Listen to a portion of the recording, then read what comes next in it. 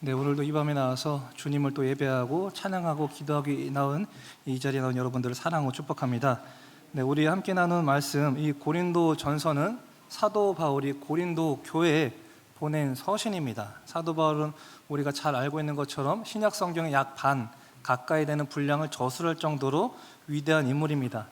신약 시대 때 예수님 다음으로 가장 영향력이 가장 강력했던 인물을 꼽으라면은 아마 사도 바울을 꼽을 수 있을 것입니다. 고린도 교회는 그 위대한 사도 바울이 개척한 교회입니다. 아울러 당시 대형 교회를 이룰 정도로 큰 교회였습니다.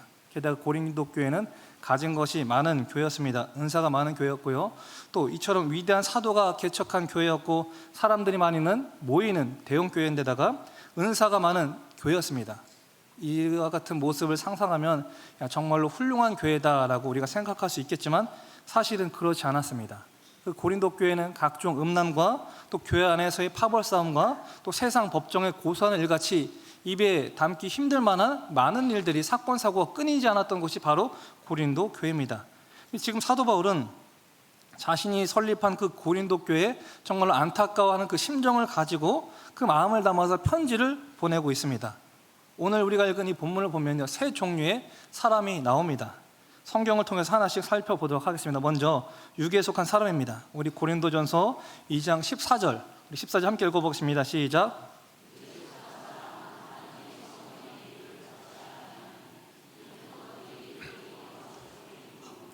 또 그는 그것들을 알 수도 없나니 그런 일은 영적으로 분별되기 때문이라. 아멘. 네, 먼저 육에 속한 자가 나옵니다. 우리가 읽었던 14절을 보면 이 육에 속한 자의 특징이 나옵니다. 그들은 성령의 일들을 받지 않았습니다. 성령의 일들을 받지 않았기 때문에 이들은 영적인 일들을 어리석게 바라봅니다. 영적인 이 일들을 이야기하면 그런 일에 대해서 우습게 여깁니다. 성령을 받지 않았기 때문에 영적이 일어나도 알아요 몰라요?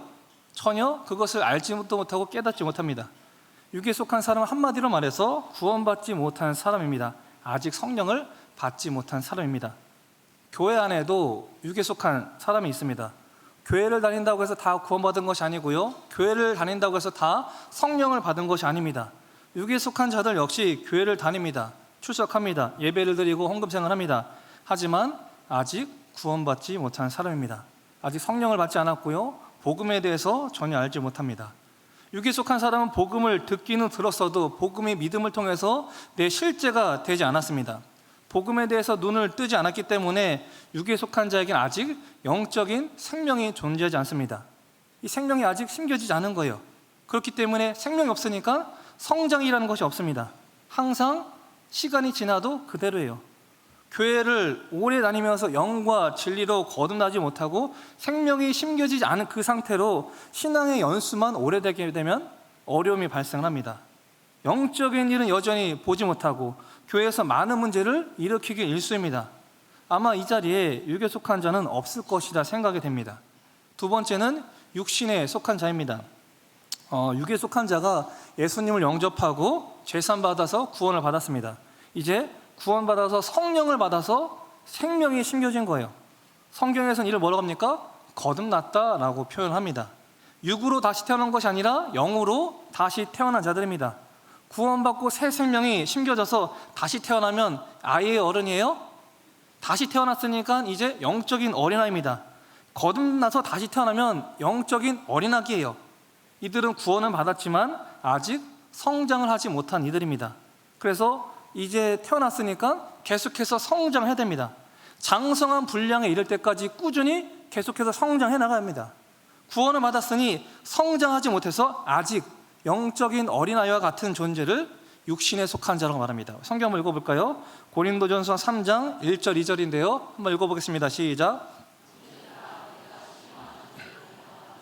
너에게 말할 수 없어서 육신에 속한 자 곧 그리스도 안에서 어린아이들을 대함과 같이 하노라. 내가 너희를 저주로 먹이고 밥으로 아니하였노니 이는 너희가 감당하지 못하였거느냐 지금도 못하리라. 아멘. 지금 사도 바울은 고린도전서 2장에서 육에 속한 자, 고린도전서 3장에서 육신에 속한 자를 구별하고 했습니다. 육에 속한 자는 성령을 받지 않은 자들이고요, 3장에서 나오는 육신에 속한 자들은 이미 구원을 받았지만 아직 어린아이 같은 이들이에요. 사도 바울은 고린도 교회 성도를 향해서 이렇게 말하고 있습니다. 내가 너희들을 신령한 자처럼 대할 수 없어서 어린아이처럼 대한다. 신령한 자는 잠시 후에 살펴보겠습니다. 육신에 속한 자가 뭐예요? 그리스도 안에서 어린아이와 같은 자들이에요. 사도 바울이 지금 이 말을 하고 있는 거예요. 너희들 구원을 받았지만 아직 어린아이들이야. 내가 너희들에게 영적으로 밥을 먹이려고 하는데 너희들이 어린아이들이라서 소화를 할 수가 없구나. 그래서 내가 너희들에게 젖을 먹인다. 너희들 구원을 받았지만 여전히 육신에 속해 있기 때문에 어린아이다 라고 사도 바울이 그 이야기하고 있는 거예요. 육신에 속한 자의 특징이 무엇입니까? 3장 3절에 나오는데요, 우리 3절 말씀 함께 읽어보겠습니다. 시작. 너희 가운데 시기와 분쟁이 있으니 어찌 육신에 속하여 사람을 따라 행함이 아니리요. 아멘. 육신에 속한 자의 특징이 뭐예요? 시기가 있고 분쟁이 있습니다. 육신에 속하여 사람을 따라서 행하는 자들입니다. 너희 가운데 여전히 시기와 분쟁이 있구나. 다른 사람들과 별반 다를 바 없이 똑같이 행하고 있구나. 이것이 바로 육신에 속한 자들의 특징입니다. 자기들끼리 시기합니다. 하나가 되지 못하고 분파를 만듭니다. 마치 어린아이들이 끼리끼리 놀고 자기와 마음이 맞지 않는 아이들을 따돌리고 왕따를 시키는 것 같은 일들이 교회 안에서 일어나고 있는 것입니다. 그들을 보고 사도 바울은 뭐라고 합니까? 육신에 속한 자, 구원받아 거듭나긴 했지만 여전히 어린아이와 같은 모습을 동일하게 지니고 있는 그들을 육신에 속한 자라고 사도 바울은 말하고 있습니다. 그 다음에 있는 자들이 있어요. 우리 고린도전서 2장 15절인데요 15절 함께 읽어보겠습니다. 시작.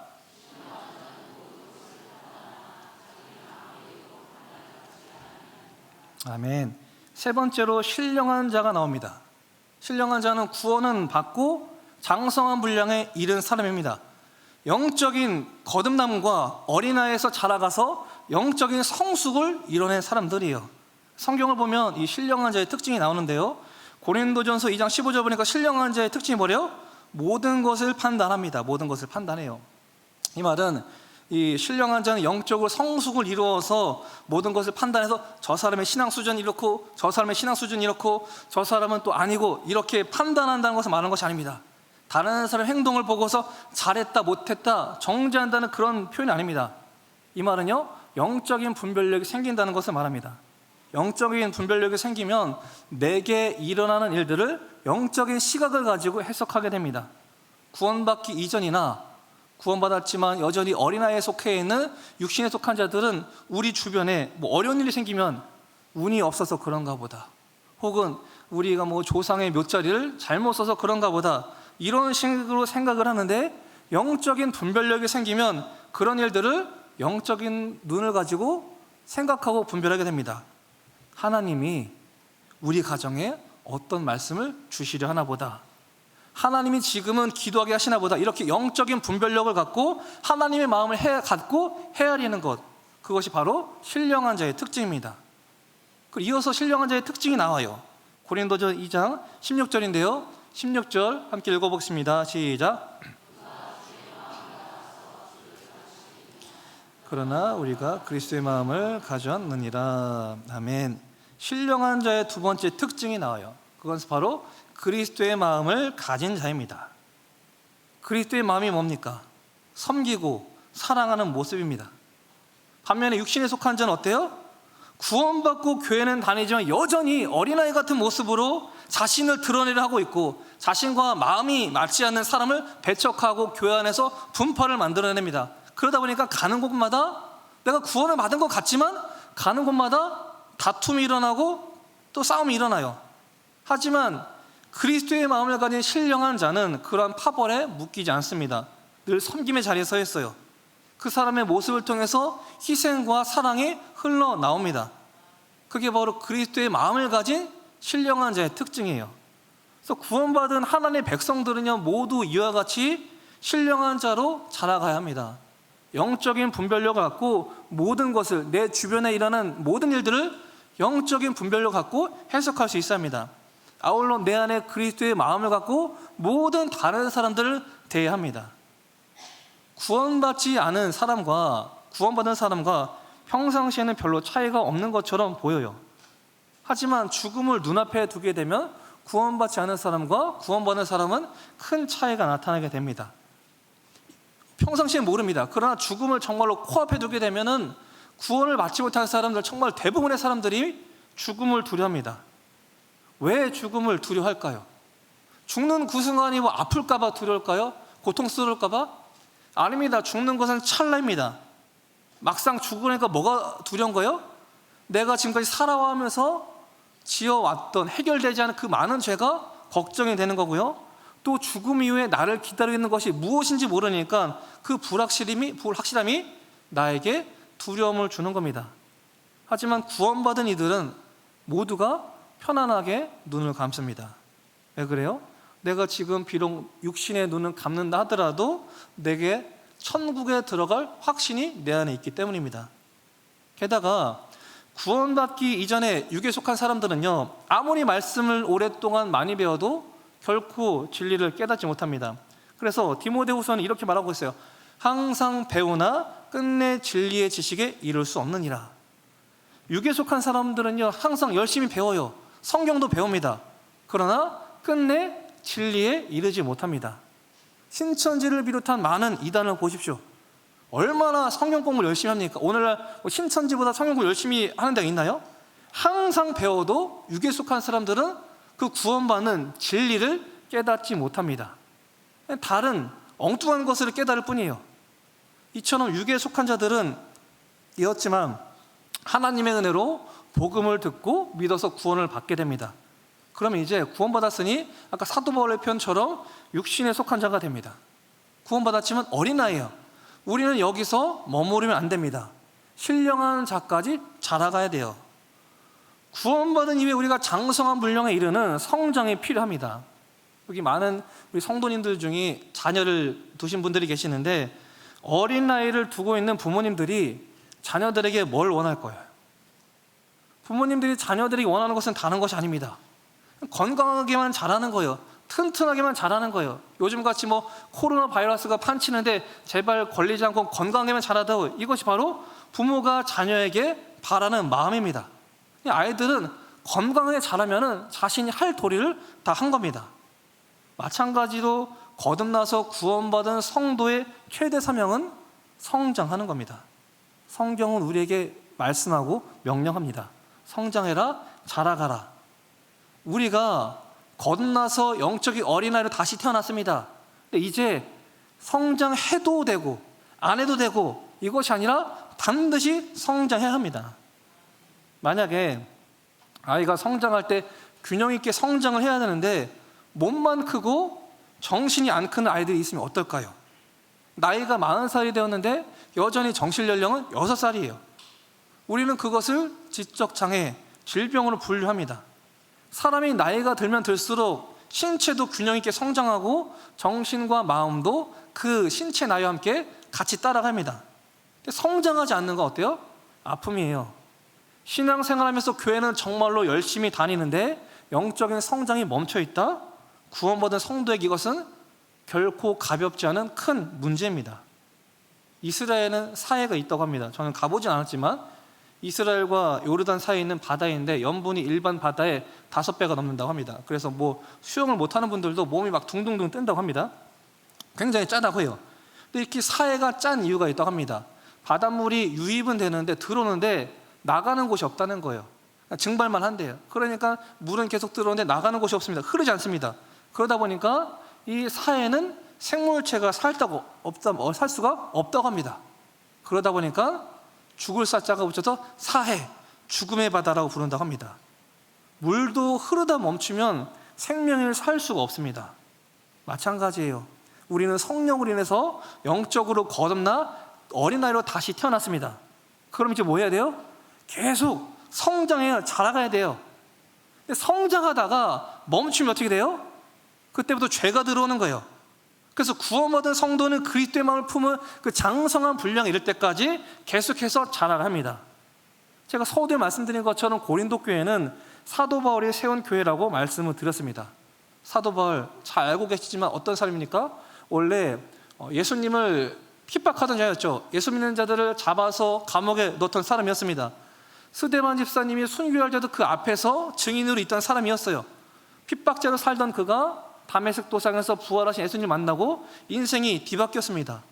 이방인을 위한 선교사로 180도 돌변해서 복음 전파하는 것에 자신의 일평생을 바친 인물입니다. 수없이 죽을 위기를 당하고 오로지 예수 이름을 증거하는 일에 전심전력을 다했습니다. 그 고린도 교회는 그러한 사도 바울의 말씀과 기도로 열심을 다해서 세운 교회입니다. 그래서 부흥하여서 당시 대형 교회를 이루었습니다. 이처럼 사도 바울이 열심을 가지고 기도와 복음을 통해서 세운 교회인데 고린도 교회가 어떻게 됐어요? 영적으로 성장하지 않으니까 어떻게 된 거예요? 교회 온갖 문제들, 사회, 세상 사회 법정 소송을 하고 또 근친 상간이 일어나고 말로 담을 수 없는 온갖 죄악들이 난무하는 그런 교회가 되었습니다. 그래서 사도 바울의 걱정과 근심과 기도거리가 결국 고린도 교회가 되어버렸어요. 우리 고린도전서 3장 1절인데 1절 말씀 다 같이 한번 읽어보겠습니다. 시작.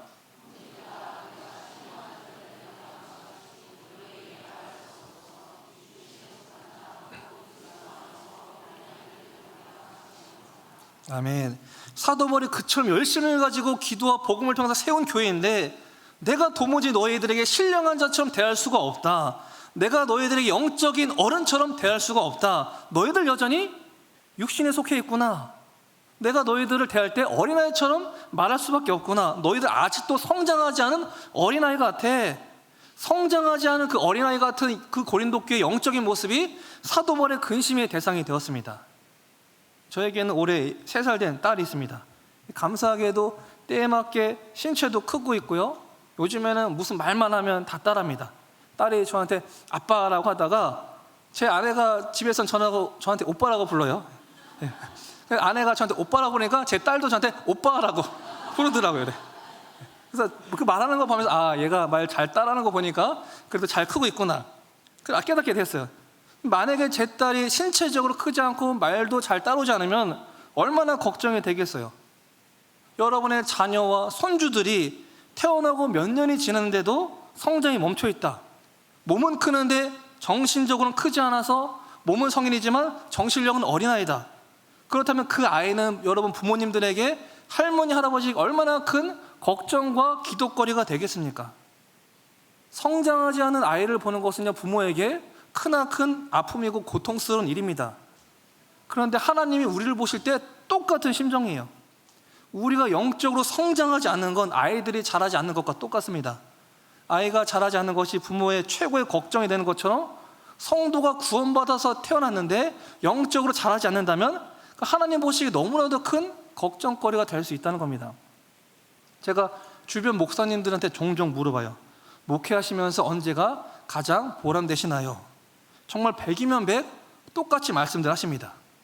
구원받지 못한 사람들이 구원을 받는 것을 보는 것과 성도들이 영적으로 성장하는 것을 볼 때 목회자분들이 모두 최고의 기쁨과 보람을 느낀다고 대답을 하셨습니다.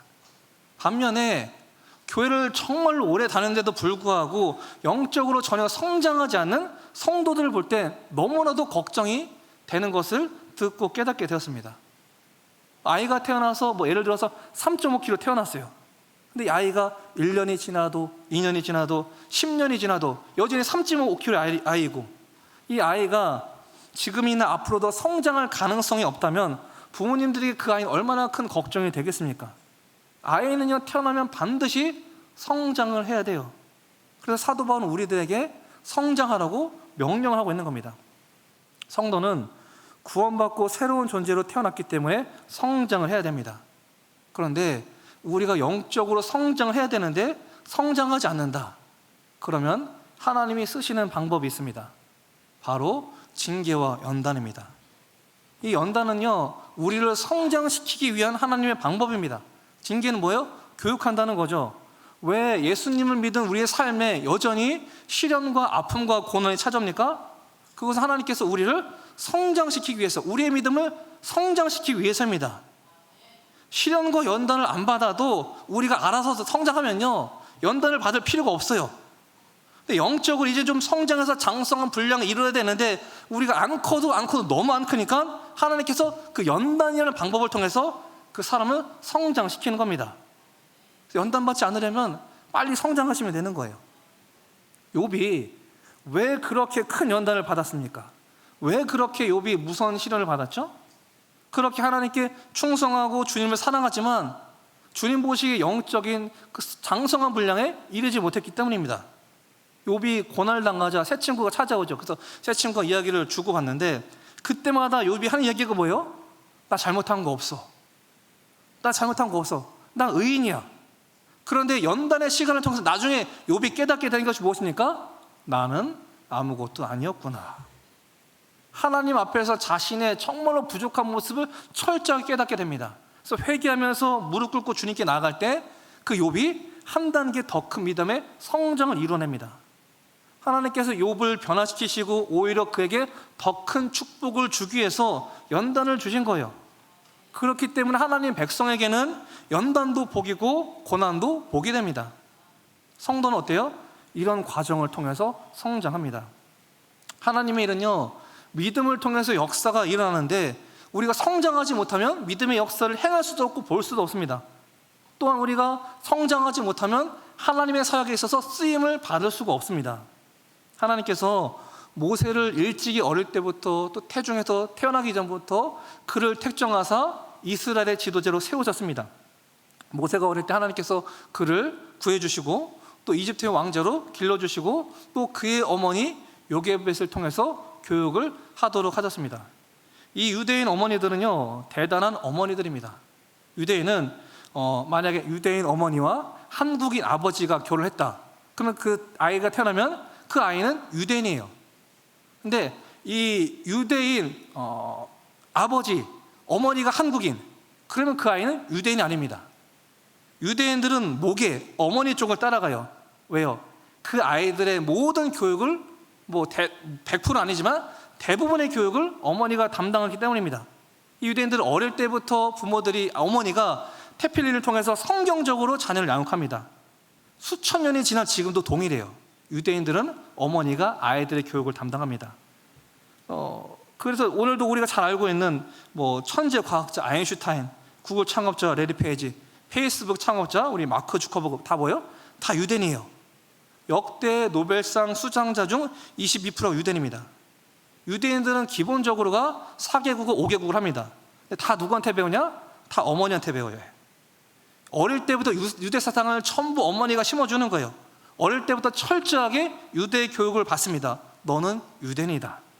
하나님 말씀을 지켜야 너는 복을 받는다. 쉐마, 이 말씀을 통해 교육을 받고 너는 하나님이 택한 선민이다, 주님의 백성이다 교육을 받습니다. 그래서 유대인들은 어때요? 외국에서 살다가 대부분의 유대인들은 세계 흩어져 살잖아요. 정말 소수들만이 이스라엘에 살고, 근데 이스라엘에 전쟁이 난다, 그러면 유대인들은 자기 나라로 돌아와요. 왜? 그들에게는 자신들의 있는 그 유대민족 사상이 강력하기 때문입니다. 다 누가 교육시킨 거예요? 전부 어머니가 시키는 거예요. 이 모세도 자기가 태어나서 이집트 왕자로 자랐습니다. 근데 자기가 히브리 사람인 걸 알았어요? 몰랐어요? 알았죠.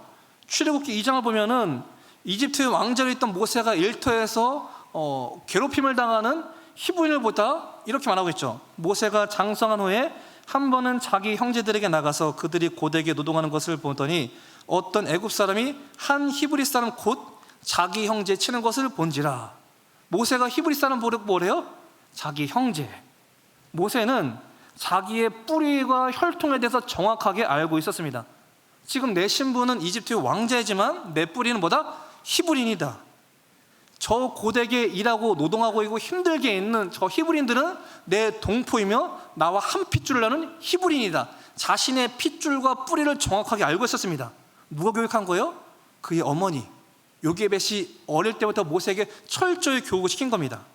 아마 그렇게 했겠죠. 모세야, 하나님이 너를 통해서 일하실 거야. 너는 애굽이 아니라 너는 히브리인이야. 너는 유대인이야. 너는 하나님의 백성이야. 너는 이집트의 사람이 아니라 하나님의 백성이야. 아브라함과 이삭과 야곱에게 약속한 그 약속의 땅으로 네가 반드시 저들을 데리고 가야 한다. 어릴 때부터 이런 교육을 받았으니까 그 공사판에서 자기 동족이 괴롭힘 당하는 것을 보고 참지 못하고 죽여버리는 거 아니겠습니까? 40살이 되도록 이 모세가 뭐요? 아직도 안 되겠다 싶었는지 하나님은 그를 광야로 데리고 가십니다. 광야에서 모세를 연단시키고 훈련시키십니다. 모세가 훈련받은 미디아 광야를 생각해 보십시오. 저는 가보지 않았지만 그곳을 이제 성지순례 다녀오신 분의 말에 하면 사막밖에 없다고 합니다. 그냥 모래밖에 없고 보이는 것이 죄다 사막이래요. 거기서 양친의 생활을 했습니다. 거기서 훈련받은 모세 80세가 되어서 장성한 분량의 믿음을 가지게 되었습니다. 그런 모세를 향해서 성경 뭐라고 합니까? 우리 민수기 12장 3절인데요. 함께 읽어보겠습니다. 시작. 아멘. 모세 보고 그의 온유함이 지면에 모든 사람보다 더하다고 평가합니다. 어떤 사람이었어요? 광야의 시간에서 연단을 거친 모세가, 욱해서 사람을 쳐 죽일 정도로 다혈질적인 모세가 온유함이 지면에 모든 사람보다 더한 사람이 되었습니다. 온유가 무엇입니까? 절제를 말하는 거죠. 야생마는 길들여지지 않았습니다. 자기 마음대로 날뛰어요. 이 야생마에게 안장을 놓고 기수가 타려고 해도 야생마는 자기 마음대로 갑니다. 그렇지만 훈련받은 마는 어때요? 기수가 시키는 대로 갑니다. 가자는 대로 가요. 이게 온유함이에요. 성장하지 않았던 모세는 마치 야생마와 같이 타서 하나님이 쓰실 수 없었습니다. 그런 모세를 하나님이 광야에 데려가셔서 40년 동안 훈련을 시킨 겁니다. 오늘 여러분에게 주께서 말씀하십니다. 자라가라. 영적으로 성장해라. 영적으로 성장을 해야 그때 경험하는 놀라운 은혜와 행복들이 있습니다. 여러분이 구원을 받았을 그때를 한번 돌아보십시오. 예수 십자가 사랑 처음으로 믿고 영접했을 때 얼마나 감사하고 많은 눈물을 흘리셨습니까? 그런데 지금도 신앙생활하는 것이 계속해서 반복되는데도 불구하고 그 구원이 여전히 기쁘고 그때처럼 감사하고 행복하십니까? 아니면 탓성에 젖은 채 아무런 감동과 감격 없이 그저 반복되는 신앙생활을 오늘날 하고 있지는 않습니까? 성장하지 않은 채 우리가 신앙생활을 하게 되면 성도라는 이름만 가졌을 뿐이지 영적인 기쁨과 감격은 잊어버리게 됩니다. 그런데 우리가 구원받고 성장을 하게 되면 그를 통해서 신앙의 진정한 기쁨과 감격을 맛보게 됩니다. 여러분이 현재 영적으로 어느 수준에 이르러나 상관없이 계속해서 성장해야 합니다.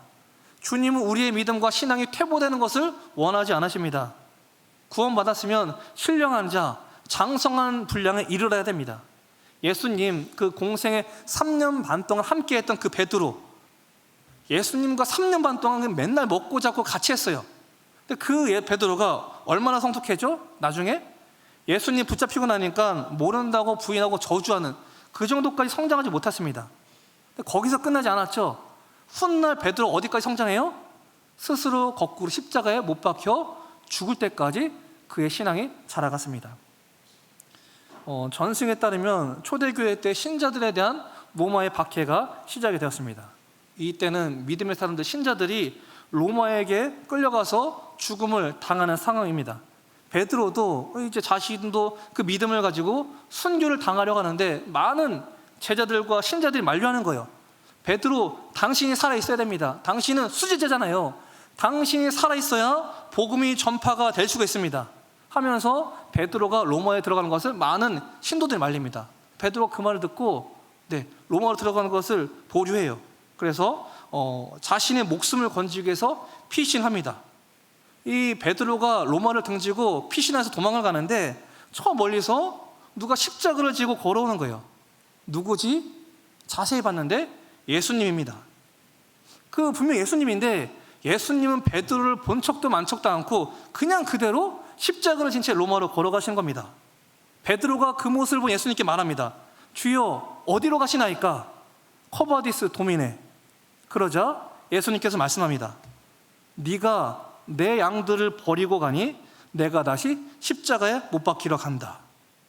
그러자 베드로가 예수님의 뜻이 무슨 뜻인지 깨닫게 되었어요.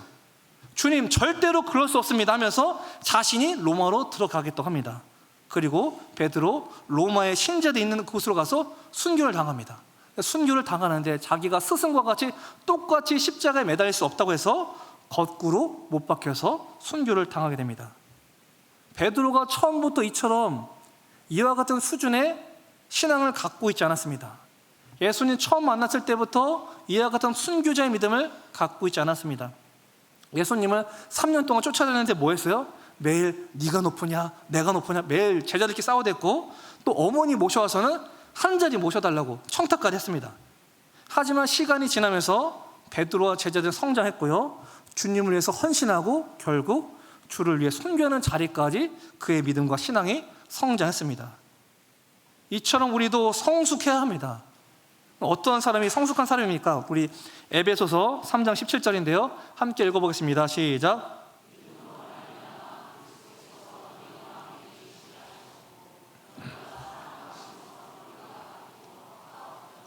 아멘. 성장하기 전에 먼저 거듭나야 되죠. 구원받아야 합니다. 복음을 듣고 믿어서 예수 그리스도가 마음에 계시도록 해야 합니다. 이것이 출발이에요. 이처럼 구원을 받은 다음에 성장해야 되는데 어떻게 성장하는가? 이어서 보겠습니다. 에베소서 3장 18절 19절 읽어보겠습니다. 시작.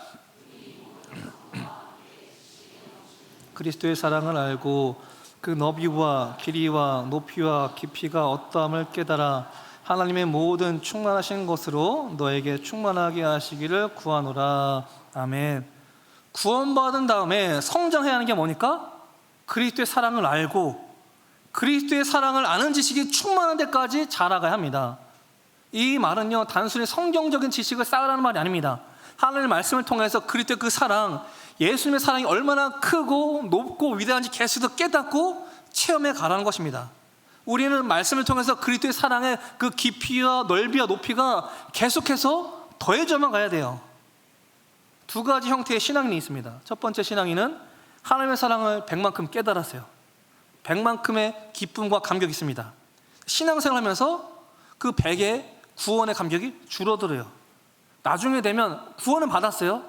구원은 받았지만 구원을 향한 그 기쁨과 감격이 50도 안 돼요. 줄어서. 두 번째 신앙인은 그 깨달은 하나님의 사랑이 계속해서 커져가는 사람입니다. 내가 처음에 깨달은 예수의 사랑은 10만큼이었지만 시간이 지날수록 커지는 거예요. 그리스도의 사랑의 너비와 깊이와 높이가 계속해서 자라가는 사람입니다. 우리가 이 땅에서 살다가 천국에 갈 때 아무것도 가지고 가지 못합니다. 아무리 많이 번 돈도 천국에 들고 가지 못하고요, 아무리 좋은 집과 아무리 좋은 승용차들도 가지고 가지 못합니다. 이 땅에서 쌓은 스펙과 이 땅에서 쌓은 명예와 우리가 쌓은 많은 그 경력들도 천국에 들고 가지 못합니다. 오직 주님이 나를 구속한 그 구속의 사랑, 하나님의 은혜, 그 내가 체험한 그 주의 사랑만 가지고 가는 거예요. 주의 사랑이 얼마나 깊고 높고 깊은지 그리스도를 아는 그 지식이 천국에 갈 때까지 우리는 계속해서 커가야 합니다. 그래서 배신자에 불과했던 그 베드로가 그의 믿음의 성장해 가면서 나중에 이런 고백을 합니다. 베드로후서 3장 18절인데요 함께 읽어보겠습니다. 시작.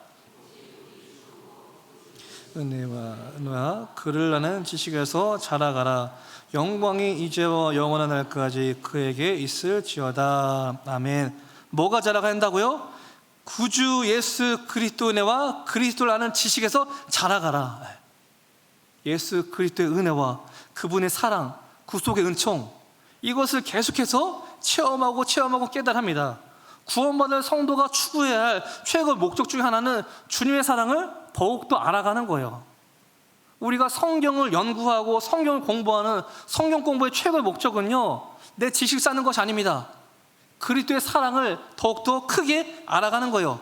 주님의 사랑을 알아가는 것이 바로 성경 공부의 목적입니다. 주님이 나를 이렇게 사랑하셨구나. 하나님의 말씀을 읽으면 읽을수록, 연구하면 연구할수록, 말씀을 들으면 들을수록 날마다 주의 사랑이 깊어지고 날마다 주의 사랑이 체험되어지고 깨달합니다.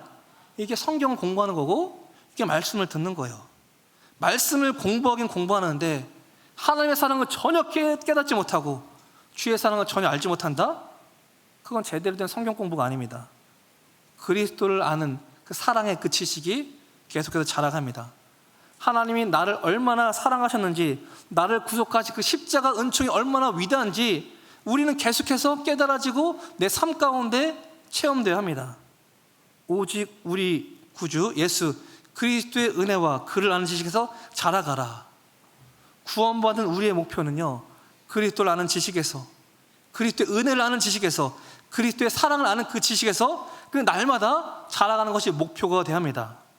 성도가 얼마나 성장했냐는요, 그 사람이 교회를 얼마나 오래 다녔나와 비례하지 않습니다. 아무리 교회를 오래 다녔어도 그 사람이 전혀 영적으로 성장하지 못했다면 그 사람은 육신에 속한 자, 사도 바울이 염려한 어린아이에 불과합니다. 그 사람이 주님의 사랑을 얼마나 깊이 깨닫고 있는가, 얼마나 주님의 은혜를 깊이 체험하고 누리며 고백하고 사는가, 얼마나 그리스도의 마음을 품고 이 땅을 살고 있는가, 이게 장성한 분량에 이른 신령한 자의 모습입니다. 성도님들은 오늘 이 말씀에 비춰봤을 때 어떤 자에 속하십니까? 아직 구원받지 못한 육에 속한 자입니까? 아니면 구원은 받았지만 여전히 분쟁과 시기와 다툼이 내 주변에 날마다 일어나는 육신에 속한 자입니까? 아니면 구원받은 이후에 장성한 분량에 이르도록 신령한 자가 되도록 성장해 가는 그 과정에 있는 자입니까? 아니면 신령한 자에 이미 속했습니까?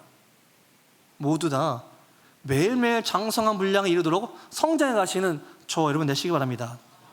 매일매일 우리가 드려진 예배를 통해서 주일마다 선포된 그 담임 목사의 말씀을 통해서 예수님 그 사랑의 깊이와 넓이와 높이가 얼마나 큰지 깨닫고 체험하시기 바랍니다. 그리스도를 아는 그 지식이 성장해서 삶 속에서 그리스도의 마음을 품은 자로 여러분이 가는 곳곳마다 분쟁과 다툼과 시기가 아니라 연합과 화합과 사랑과 나눔과 헌신의 아름다운 모습들이 나타나시는 저와 여러분 되시길 주의 이름으로 축원합니다.